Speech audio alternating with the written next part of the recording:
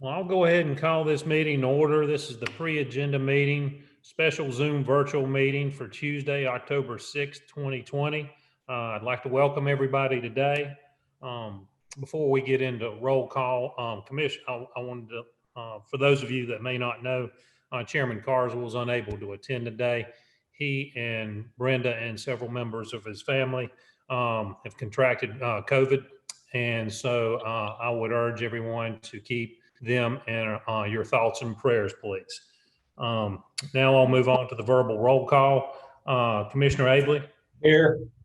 Commissioner Britton. Here. Commissioner Taylor. Here. County Attorney Simpson. Here. Finance Director Margaret Pierce. Here. And our County Manager Brian Steen. Here. All right, thank you very much. And moving forward, please let's eliminate as much background noise as possible in between speaking. If you would try to mute yourself until ready to speak, and please silence all mobile devices as well. And when you make a motion, please identify yourself before speaking. So thank you very much. Our first item of business is the approval of the agenda. And as you can see, the agenda was previously distributed, and we were asking for the motion to approve with the removal of consent item number 3, community development. Jeff, so moved. Okay, so Jeff, we're moving to approve the agenda with the removal of consent item number 3, community development resolution concerning no wake zone on Lake Roadhiss, Catawba River. As a placeholder during October, the Paradise Harbor Homeowners Association will meet and vote on paying for the requested buoys if approved by the Wildlife Resources Commission. If approved by the HOA, the item will be slated for the November agenda. So we have a motion by Jeff. Now I'll do a roll call vote. Commissioner Abley? Yes. Commissioner Taylor? Yes. And I vote yes as well. That's 4-0, Madam Clerk. Thank you very much. Moving on to presentations. Animal Services, Pet of the Month, presented by Lindsay Stump, Interim Animal Services Director. Lindsay, are you there? Yes, we will have a cat and a dog to present at the meeting. Fantastic. Any questions or comments for Lindsay? There being none, without objective, this item will remain on the agenda. Another verbal roll call. Commissioner Abley? Yes. Commissioner Britton? Yes. Commissioner Taylor? Yes, sir. And I'll vote for it to remain on the agenda as well. Thank you very much, Lindsay. Moving on to presentation number 2, National Hunger and Homelessness Awareness Week, presented by Charlotte Edson, Executive Director to the Meeting Place Mission. Commissioners, thank you for having me. The request is for a proclamation of the National Hunger and Homeless Awareness Week, which this year will be November 14th through the 22nd. We are going to be sponsoring a media education campaign here in the county on rural homelessness. And I appreciate you, the support and everything for addressing hunger and homelessness here in Burke County. Thank you, Charlotte. Any questions or comments from the commissioners? Maynard Taylor. Scott just wondered, do we have a count of how many we actually have in our county of the homeless? Charlotte, do you know? I think our point of reference count was right. I want to say it's in the range of 70 this year was the point of reference. When we do that once a year, that's kind of our only real opportunity to look at that. But I can definitely find out for specifics, but I believe it was in the 70s. That's fine. Just a question of wondering just what the count would be in our county. So that's fine. Absolutely. Thank you. I can get that. Sure. Thank you. Absolutely. That's a good question, Commissioner Taylor. I'd like to know that as well, because I remember the point of time count. Can't remember what time of year is that. Is that in February? It's, yes, it's at the end of January, early February. Okay, that's what I was thinking. Well, any other questions or comments for Charlotte? There being none, I'll just say to Charlotte, welcome to the new position, Executive Director. The Meeting Place mission is a great thing for this community, and y'all do great work. And so welcome aboard, and so look forward to working with you. Thank you. Absolutely. So without objection, this item will remain on the agenda. I'll do another verbal roll call. Commissioner Abley, Yes. Commissioner Britton, Yes. Commissioner Taylor, Yes. and I vote yes as well, Madam Clerk. Thank you. Thank you, Charlotte. I appreciate you. You are very welcome. We'll move on to the third presentation, EMS, recognition of receiving the American Heart Association Mission Lifeline EMS Gold Plus Award, presented by Jason Black, Interim Emergency Medical Director. Jason, are you there?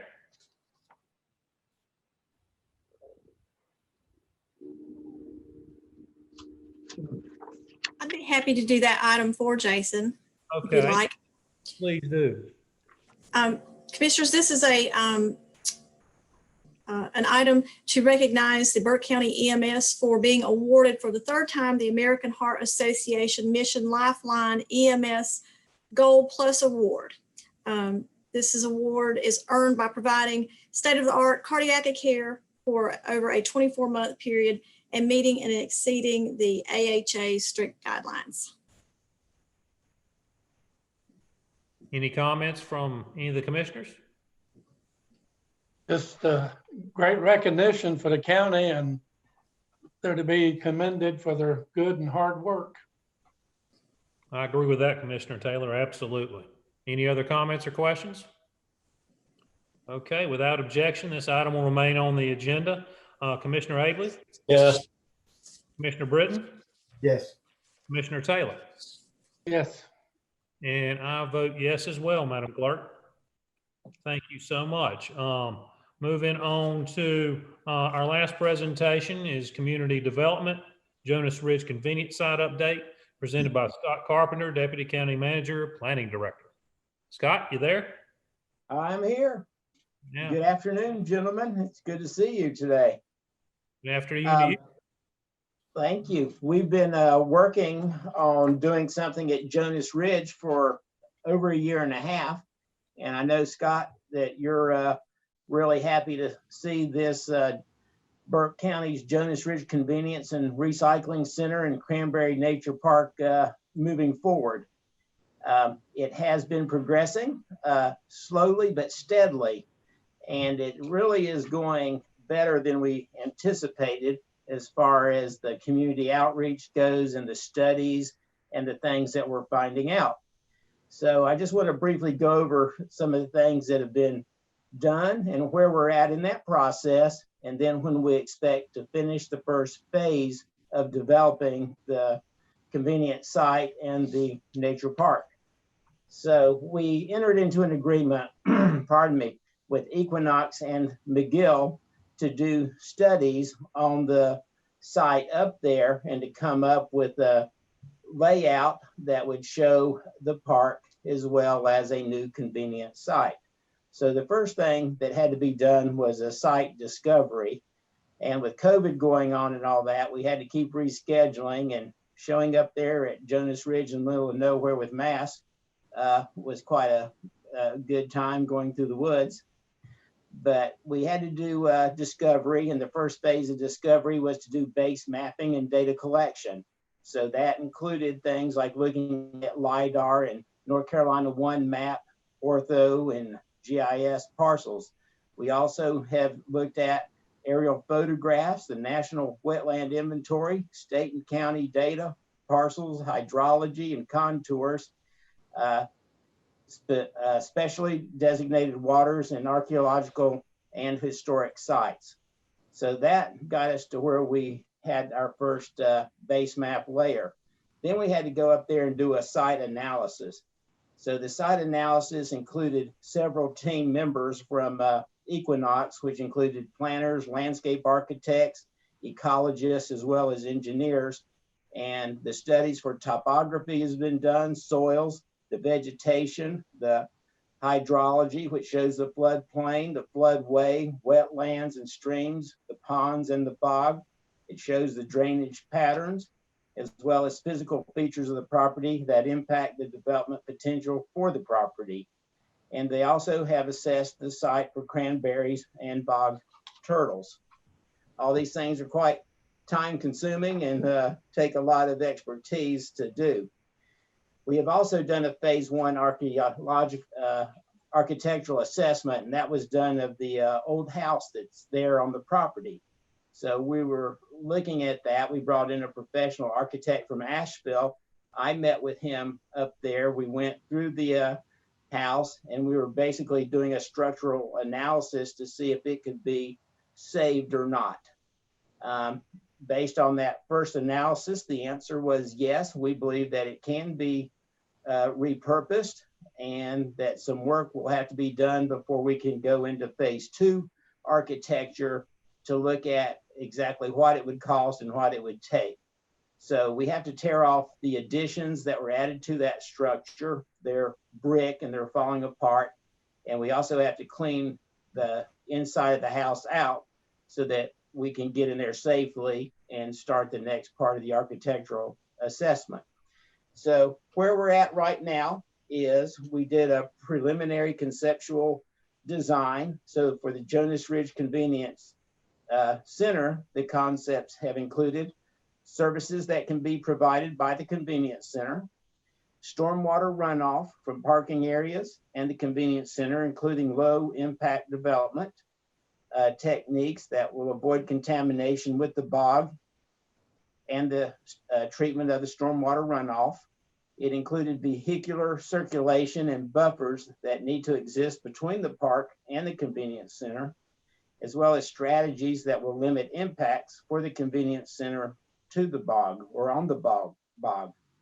Safe and efficient ingress and egress from Highway 181 has been looked at and built into the design diagrams, as well as aesthetic treatments for the convenience center. As far as the Cranberry Bog Nature Park goes, we have looked at parking for the park, which utilizes low impact development techniques.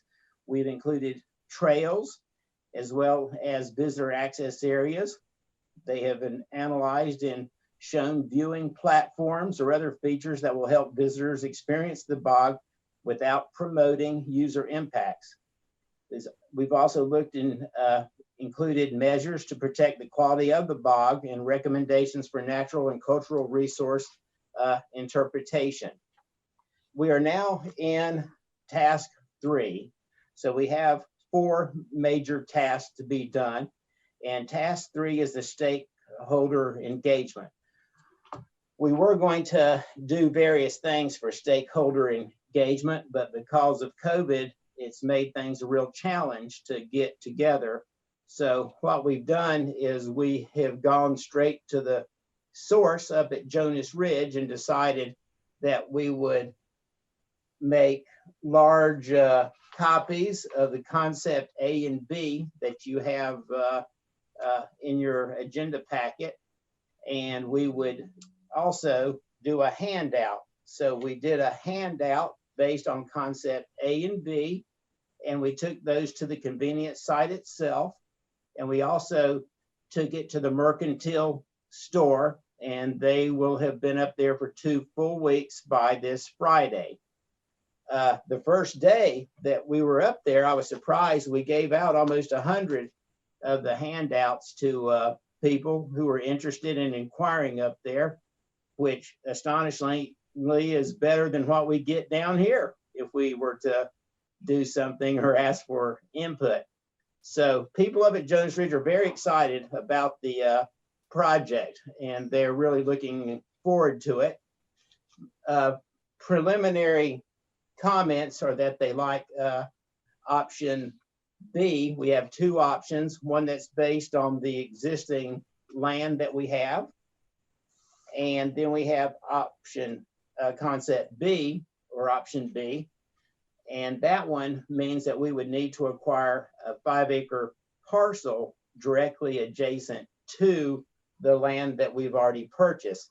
So far, the county has purchased a 3-acre parcel, and the Conservancy has purchased a 17-acre parcel. So the 17 acres is what the Cranberry Bog Park would be, and the 3 acres is what the convenience site itself would be. So if you look at what we got up there, option B, that is the site concept if we were to be able to purchase an adjacent piece of property, which is currently delinquent in taxes, and we're looking at foreclosing on that property. So that's been going on for months and months. They're in the process right now of trying to locate heirs to the property to see if there's somebody that holds interest in it that we will have to make an offer to, or they will have to pay off the debt on that land, and we'll negotiate with them. And so we hope to have an answer to that by December, and I'm not quite sure if we will or if we won't.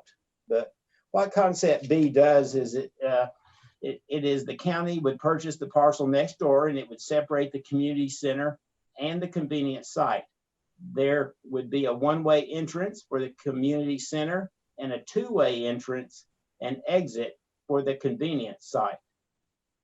The convenience site would be even larger, allowing for more easier access and additional services such as battery recycling and additional bins. The increased space would allow for larger engineered wetlands to treat in any runoff from the convenience site, as well as adding additional trails and space. Does anyone have any questions about option B? This is Jeff Scott. Just a question about the size of the convenience center itself. I see we're only showing one compactor site, and what happens when that pad has to be changed out? What's the consumer going to do while all that's taking place? Or I guess I'm a little concerned about is the site. There will be another one after our discussions, after these were done, these initial draft drawings. We felt the same way, that there would need to be another box that could be left, and that we would expand this option B drawing. Okay, I always just kind of feel like when I'm at these locations that we just go with the bare minimum size, and then it gets real crowded when you get lots of folks. I realize this site may not be quite as busy as some of our others, but I hate to go out the gate with something too small to start with. Well, and keep in mind that the compactor will hold twice as much or more than what the single bins that are not compacted are holding now. Right. And one of the things we discussed about with option B was expanding the area of the convenience site to add more amenities, more drop-off bins, but also give us the flexibility in case needs change in the future in ways we can't anticipate. So option A shows a 25% increase of footprint from the original existing convenience site. And then option B would be further larger than that.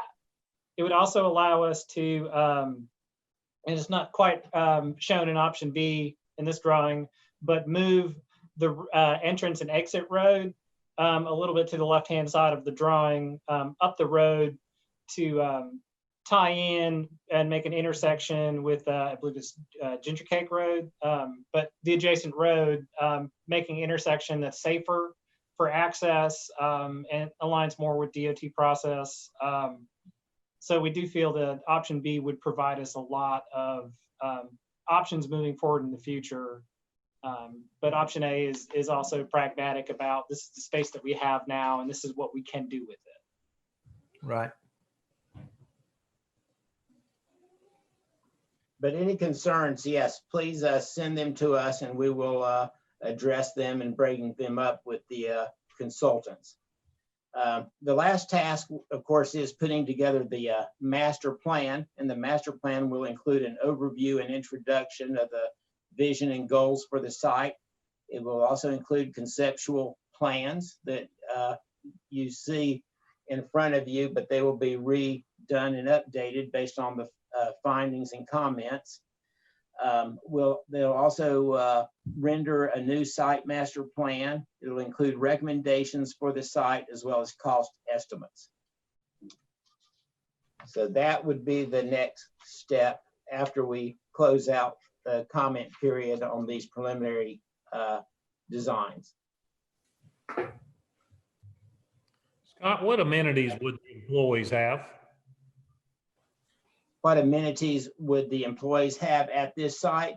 Yes. So they would have a much better building, first of all, where they could get out of the weather. And that would also include a bathroom, you know, with flush toilets that will tie in to the septic system that the house will have when the house is redone. And it will also have water availability, you know, because we'll be putting in a new well at that site also. If and when the house gets redone, there'll also be amenities there, but we have not gotten to that architectural phase yet. Okay, Of thank you. how that house and what will be in it. What is the vision for the house? Well, we would like to repurpose the house. We'd like to have it display the history of Jonas Ridge, for instance, as well as historic pictures and that kind of thing. We'd also like to make it a place that's available for meetings and other things like that. And we think it might also be able to serve a purpose with the bog, and it will have bathrooms. And so that's a big purpose for it. And it'll have a kitchen as well, but that would probably be for the workers and small events. It's not a huge space once you tear off the additions. Maynard Taylor, Scott, the timetable to construct this is how long? If you've got some hoops to get through yet, but provided you get through those, what are we looking like on a timetable? So I think the timetable, we'll actually be putting that in the master plan. We haven't laid out clearly all of those steps and how long it will take, but essentially the first thing we need to get going is the convenience site itself. The park pieces will be ongoing, you know, through time, and the house and the preservation of the house into a repurposed structure will take time as well. So I would say convenience site is number one, Maynard, and should be able to be done within a year after completion of the master plan. And the bog and the park probably within 2 years, and the house probably within 3 years.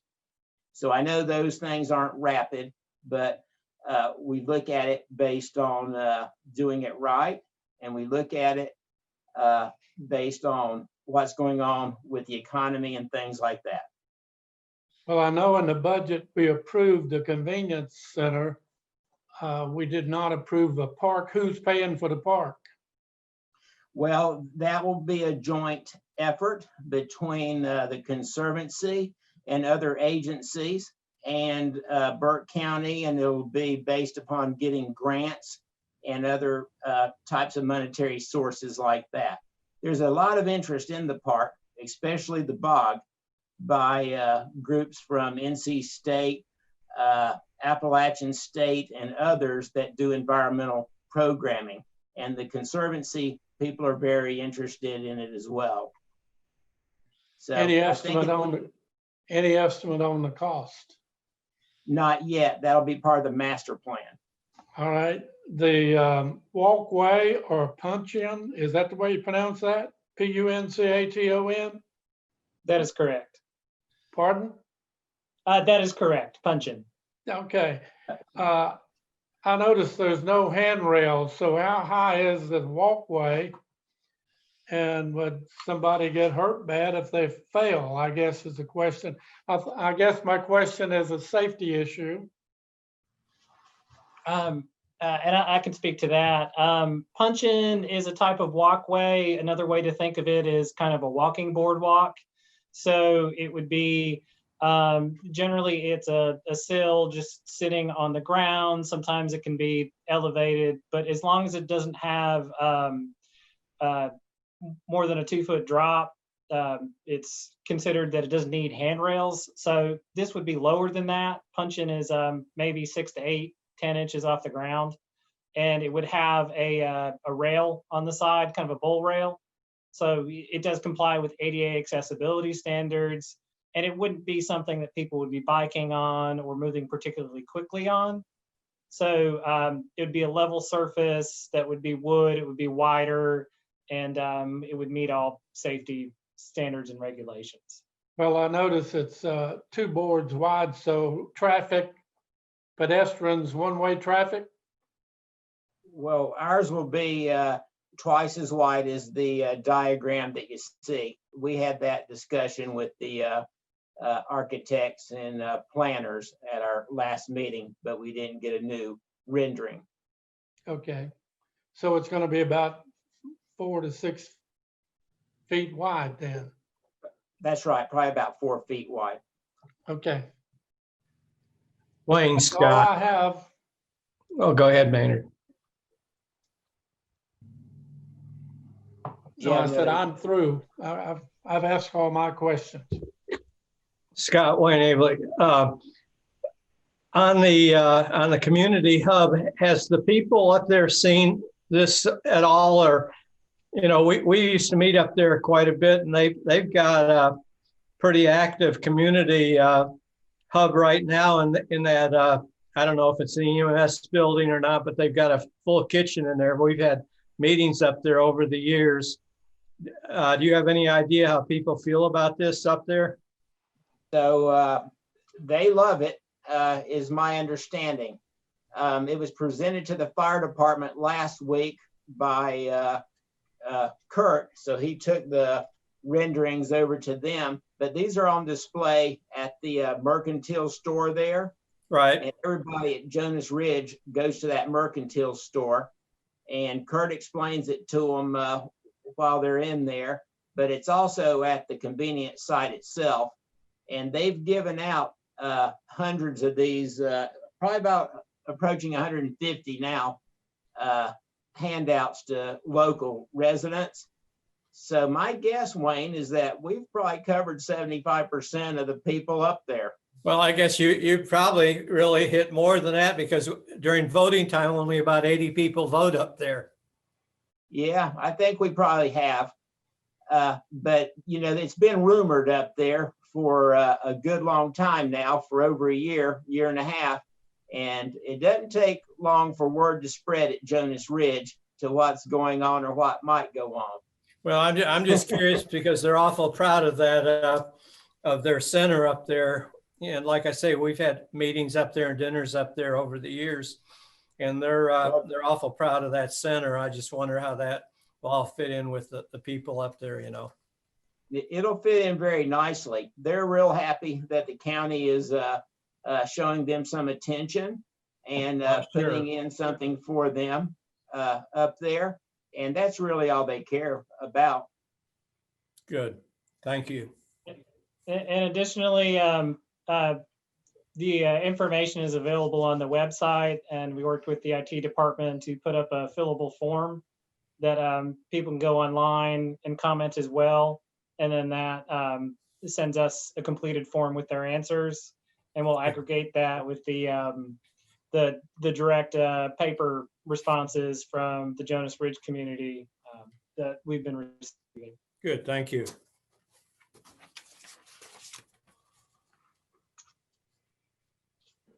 Any other comments or questions? Anything else to add, Scott? No, that's all I have right now. I'll be back to you as the master plan is, first draft of the master plan is complete. And I'll share that with you, what the final determination and numbers are Well, I and can the tell next you, steps. as you know, Scott, that because you spend a lot of time up there, and when we go to Ginger Cake and go to the convenience site, and so I've told you over the last year, with the rumor mill up there, that question every time I go anywhere is the first question anybody asks me. So they're very excited about that. So I think They this are. would be great for that whole community up there. So, thank you so much for the presentation. Without objection, this item will remain on the agenda. Commissioner Abley, Yes. Commissioner Britton, Yes. Commissioner Taylor, Yes, sir. and I vote yes as well, Madam Clerk. Thank you, gentlemen. Absolutely. Great job. Moving on, item number 4, there are no scheduled public hearings, so we'll move on to item number 5, the consent agenda. And Madam Clerk, I'll turn it over to you for the reappointment to Drexel Planning Board, ETJ. Thank you, Mr. Vice Chairman. This is a request to reappoint Scott Dula to the Drexel Planning Board for the ETJ, seat number 2, as a regular member for the remainder of a 3-year term ending April 30th, 2023. Any questions or comments from any of the commissioners? Glad to have his interest, and he's willing to serve again. Absolutely.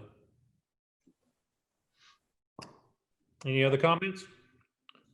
Okay, without objection, this item will remain on the consent agenda. Commissioner Abley, Yes. Commissioner Britton, Yes. Commissioner Taylor, Yes.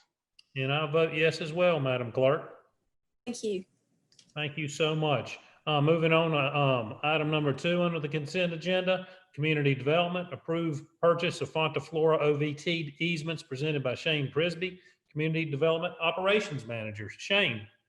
Thank you, Mr. Vice Chairman. The Community Development Department has been working with landowners to secure the final easements needed to connect the Fontaflora and Over Mountain Victory trails in the Benfields Landing area of Lake James. The original deal for these easements was approved by the board, but subsequently fell apart and had to be renegotiated. During that time, the land changed hands and a number of other factors. So we've been able to work out an agreement that we're happy with. And the easements would be purchased from funds from Duke Energy Comprehensive Relicensing Agreement of the Catawba Wateree Dam System. And this first easement would be across parcel number 17439229998 for a price of $20,000.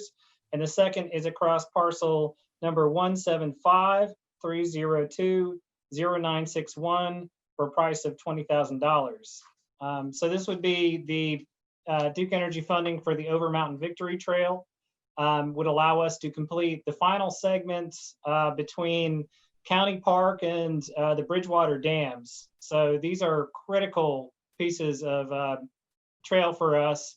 And once we have this, that's more than 2/3 of the lake. Really, this is kind of the final piece of the puzzle to get us around Lake James.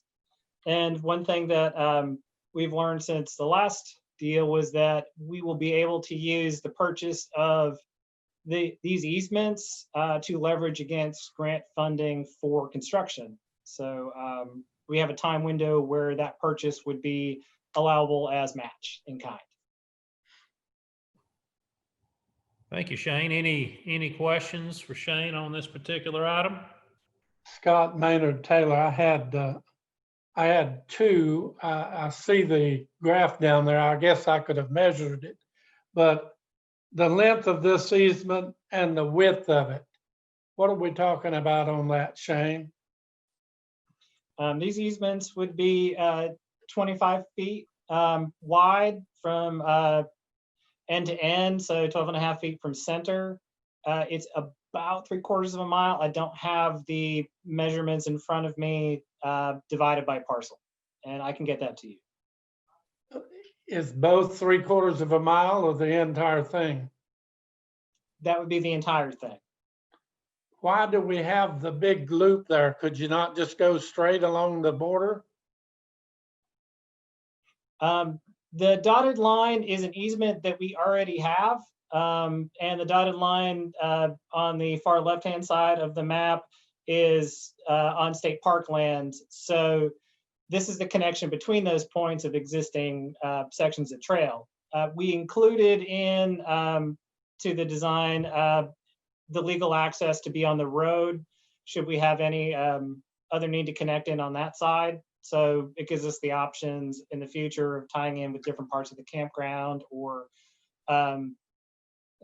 other situations. So that would be part of it, but the trail as designed would follow where you see the dotted line coming through to crossing on Benfield's Landing to some existing easements we have by the lake itself.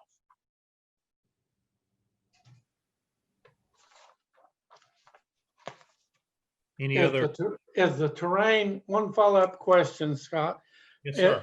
Is the terrain so bad you can't go straight there? Yes, that is correct. It's a quite steep parcel. So as you can see on the left-hand side of the solid line, it's what we call switchbacks. That is to be able to gain elevation in a short area, given the terrain. Scott and I have walked this parcel several times, refining the line to get to something that we feel is buildable in that area and meets with all of the wishes of the landowners to convey the easements to us. The thing to remember, Maynard, is we try to stay at 5% grade and no more than 10% over a short distance, which is a real challenge when you're dumping 200 feet of elevation over a short distance. So that's why we have to meander the line in order to get those grades to be consistent. Well, see, that's the reason that's what I thought when I looked at it earlier today.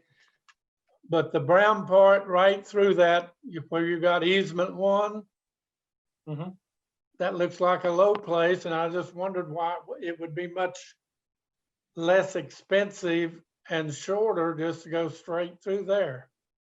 But that's an old road you're looking at there, Maynard. It's all washed out and it's super steep. You wouldn't want to build a house on that road. It's probably 20% grade. Oh, okay. Maybe more. That answers the And question. the line through the center of the parcel is a power line easement, the high tension distribution lines. And it's essentially just straight up and down. And you can't build a trail through that wouldn't become essentially a log flume in a matter of months. So this is a design we feel that is sustainable and buildable, which also decreases the maintenance efforts and cost in the long term. This All is right, taking 2 thank you. years of negotiation. Yeah. Any other comments or questions for Shane?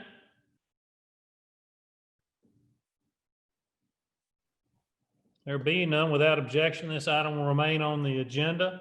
Commissioner Abley, Yes. Commissioner Britton, Yes. Commissioner Taylor, Yes, sir. and I vote yes as well, Madam Clerk.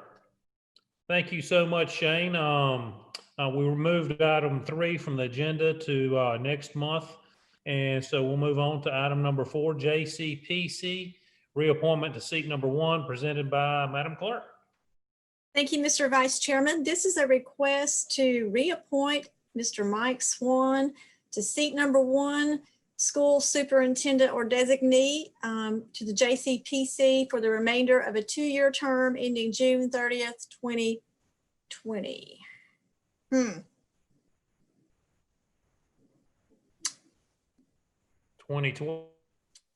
Hey, look.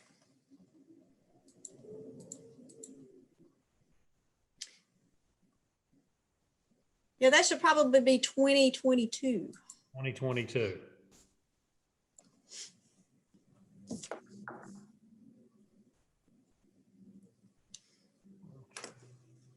Yep, so we're just reappointing Mr. Swan. to complete another 2-year term.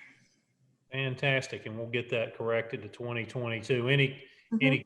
questions or comments for Kay? There being none, without objection, this item will remain on the consent agenda. Commissioner Abley, Yes. Commissioner Britton, Yes. Commissioner Taylor, Yes. and I vote yes as well, Madam Clerk. Moving on to item number 5 under consent agenda, Tax Department Tax Collection Report for September 2020, presented by Danny Eisenhower, our tax administrator. Danny, you there? I'm here. Good afternoon, gentlemen. Good afternoon. Tax collection report covers the period from July 1st, 2020 through September 30th of 2020. Property tax, we're at 68.15% collected. Motor vehicle tax at 30.56% collected, which brings our current year tax at overall at 64.61. The delinquent taxes were at 44.78% and late list penalty at 63.79. Property tax by itself, based on the levy, not on the budget, we're at 66.22% collected. Okay. I'll be glad to answer any questions. Any questions or comments for Danny on the tax collection report?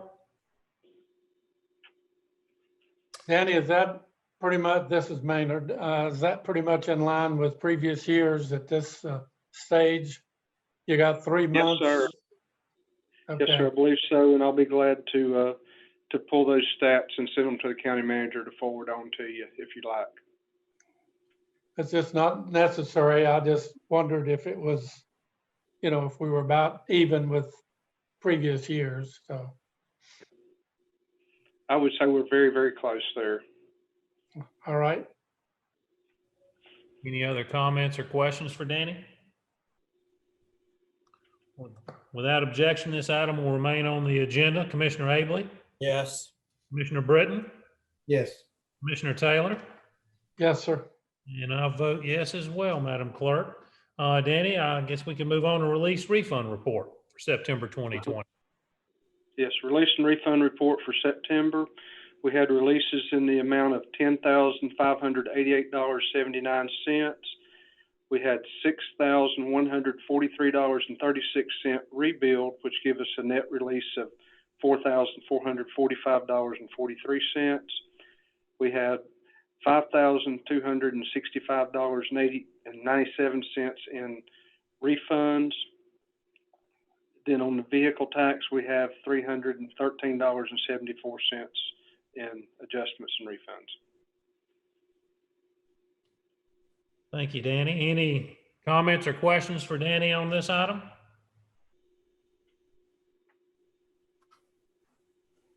Okay, then. Thank you, Danny. Without objection, this item will remain on the agenda. Commissioner Abley, Yes. Commissioner Britton, Yes. Commissioner Taylor, Yes, sir.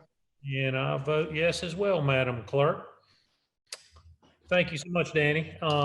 Moving on, item number 6, items for decision. There are none. Item number 7, reports. Those will be submitted to Kay for our regular October 20th regular meeting. And a few other items of note.